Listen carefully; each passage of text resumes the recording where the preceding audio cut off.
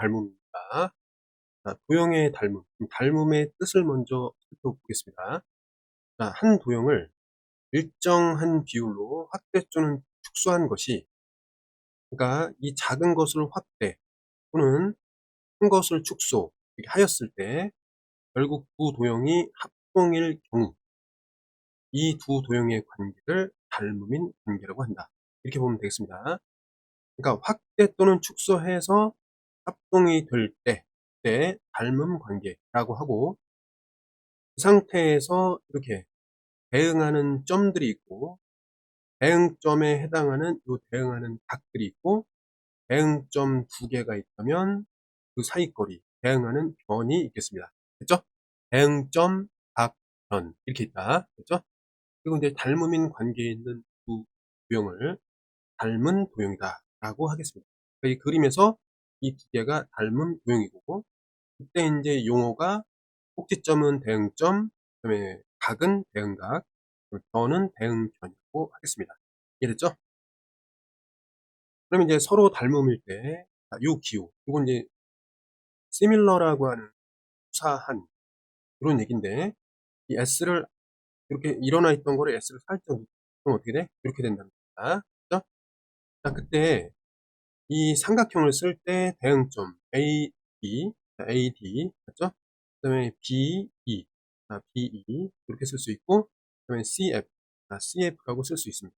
그 얘기는 뭐냐면 이렇게 닮음인 관계를 대응점 순서에 맞게 쓰면은 대응하는 각 AD가 같고 BE가 같고 CF가 같다 이렇게 볼 수 있고, 대응하는 변 AB하고 DE가 어때? 일정한 비율을 이루고, 그 다음에 AC하고 DF가 일정한 비율을 이루고, 그 다음에 BC하고 DF가 일정한 비를 이룹니다. 일정한 비가 뭐냐면 확대 또는 축소한 그 비율을 얘기합니다. 그죠? 그거를 우리는 닮음 비라고 하겠습니다. 자, 그러면 이제 닮음이라는 게 이제 펼치면 이 상태에서 확대를 해서 합동이 되고 축소를 해서 합동이 되는 관계니까 닮음 삼각형이다.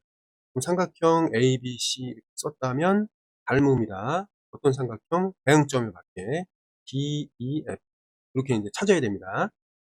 자, 그랬을 때 이제 대응변의 길이는 항상 일정하다. 뭐냐면 AB가 있다면 여기 DE를 찾으면 되고, 그다음에 BC가 있다면 이쪽에서는 EF 찾으면 되고, 마찬가지로 AC가 있다면 여기도 같은 순서로 DF를 찾으면 되겠습니다. 그죠? 이 길이의 비가 결국 뭐냐면 닮은 비라고 하겠습니다. 됐죠? 자, 그 다음에 마찬가지로 대응각은 서로 같아야 됩니다. 각이 같다는 것은 모양이 같다. 확대 축소를 하더라도 각이 같아야 확대해서 일치하게 되고, 그 다음에 축소해서 일치하게 됩니다. 각이 같아야지 성립하는 조건입니다.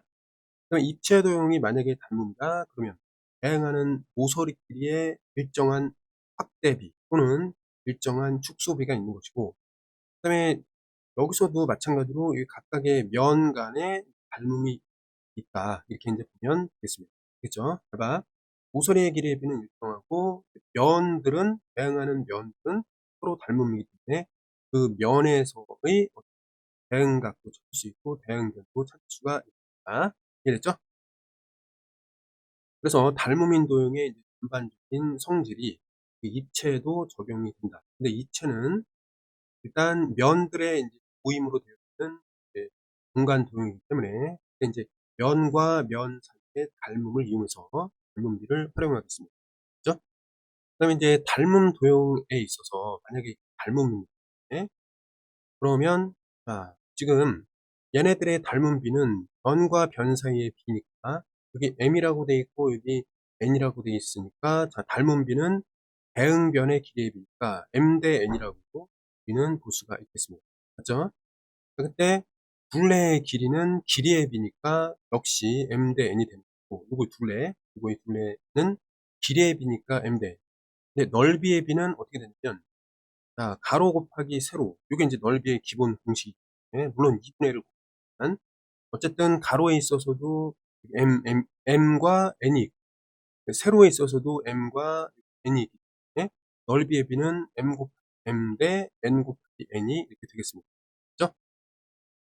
그 다음에 이제 부피의 비는 어떻게 되냐면 바로 그다음에 밑면에 가로, 세로, 그다음에 높이를 곱해야 되니까 각각의 요 대응하는 요 변들의 B가 좀 일정하게 M 대 N인데 하나, 둘, 세 개 곱하니까 부피가 이제 M의 세제곱 되고 여기도 밑면에 가로, 세로 곱하면 제곱인데 높이까지 곱하면 세제곱.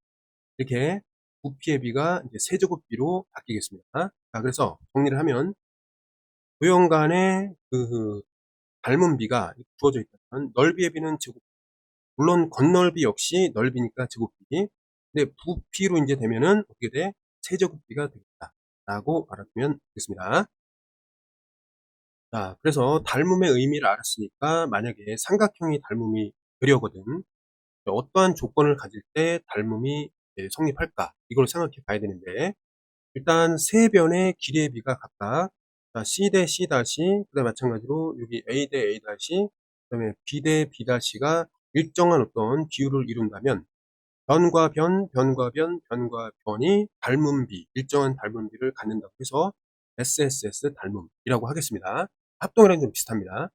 합동에서 SAS 합동이 있듯이 이건 어떻게 되냐면 자, 두 개의 이제 변, 이웃하는 변들 사이에 길이의 비가 똑같고 그러니까 무슨 얘기냐? A 대 A 다시는 C 대 C 다시 이렇게 일정하고 그 변에 의한 끼임각 있죠? 이게 같을 때 SAS 닮음이라고 하겠습니다. 즉 대응하는 변 사이에 일정한 비율을 갖는다. 이렇게 볼 수 있겠습니다. 맞죠? 세 번째는 ASA 합동이 있었는데 자 보면 일단 변 하나가 주어지고 그 다음에 양 끝각이 같다 이런 얘기거든. 근데 일단 변이 두 개가 주어지면 일단 봅시다. 두 각이 같으면 나머지도 같게 되죠. 그럼 삼각형의 모양 자체는 같습니다. 크기는 다르기 때문에 이 변하고 이 변을 어떻게 돼요? 적당히 확대 축소를 시킨다면 어때요?